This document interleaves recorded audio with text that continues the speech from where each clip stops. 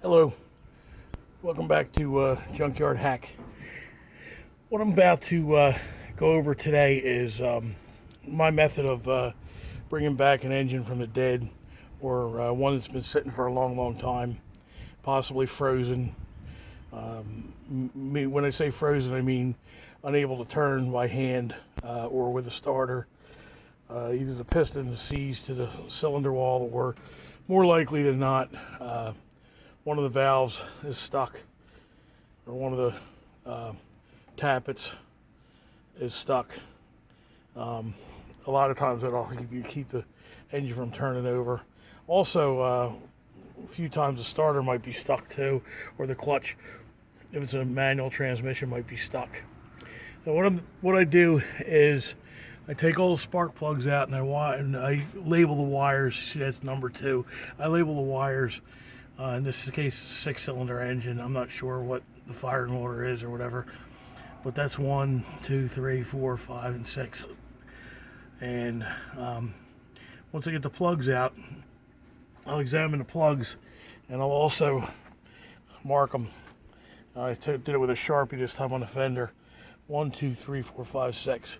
Now I looked at all of the plugs. The only plug that had any concerns was this one here, number 6. If you look there, if the camera will focus, you'll notice it's got some rust in there. That means, or that would indicate, that this cylinder, number 6, was exposed to the elements at some point. Either the intake was open, and when I bought this car, it had no carburetor on it, and the intake manifold was open. It had a rag over it, but when I saw it in the junkyard, it had a carburetor on it, but the carburetor didn't have an air cleaner to block that off, so it could be exposed to water, condensation, whatever.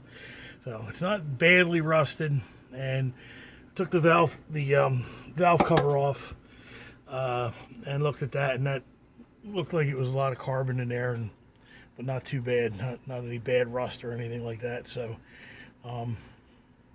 I got this to turn a little bit one way and then another, and about a quarter to a half it turned before it met with any resistance. So I have hope that this engine will turn over. I've seen them where they were a lot tighter. The Comet I did was a lot tighter than this one is. So the next step, when I get the plugs out, I take Marvel Mystery Oil, okay, and this container right here is a full container. I had another one that was full, like a transmission funnel like this, and I put a liberal amount down each cylinder, okay, starting with the first one, working my way back, and you get a little bit of spillage and everything like that, but I want it filled up, okay. Now what I'm going to do is I'm going to put the spark plugs back in to cover the hole up and let it sit. And this will sit a couple days, actually maybe a week or two, and that'll give it a chance to marinate in there, take care of any rust issues, free up anything stuck. Could be a stuck ring or something like that. It won't expand or what have you if it gets past that. So hopefully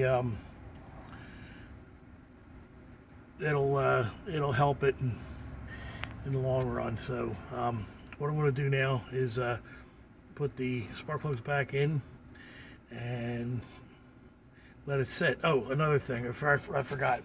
I noticed that this distributor was intact, had a set of points in it, wasn't anything missing out of it, it was all connected up. So all I did was I checked the gap, which with a card, like a business card, and the gap was fine, give or take. And I just dressed them up, meaning I took a piece of sandpaper and I just rubbed the sandpaper between the contacts of the points right there. I got that right, yeah, right there. And just to clean any dirt off. So when I go to start this thing or try to start it, that's one less thing I have to do.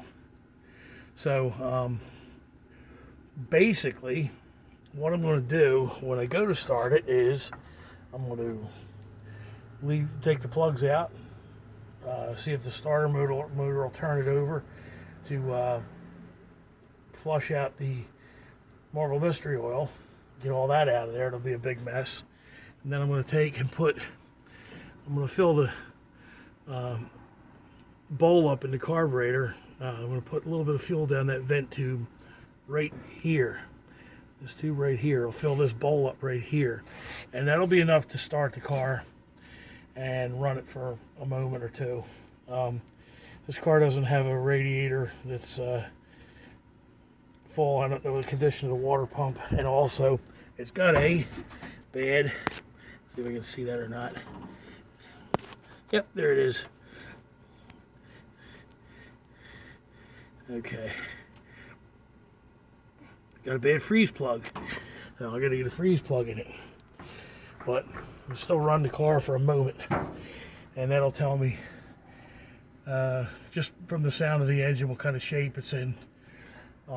If I can get it running and there's no bad knocks and lower end knocks or anything like that, then it'd be a good motor to run. If not, if it has some knocking going on, then it's going to have to be pulled and rebuilt. I'm going to try to keep this build on a budget, which means hopefully we can use this motor here. That'll save a lot of money. I don't want to switch motors. I don't want to put a V8 in it. I don't want to hop it up or make it anything more than it already is, which is a family cruiser. And this is going to be a nice cruiser, and it's going to be low and slow. So anyway, came with a 3 on the tree.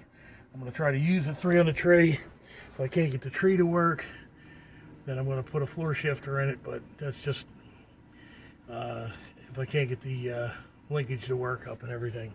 So a lot of work to do, and just wanted to go over a few things, a few preliminary things we're going to do before we can try to get it started, and that's it. So fun video will come when we get this thing running and started, so we'll see. All right, have a good one. God bless.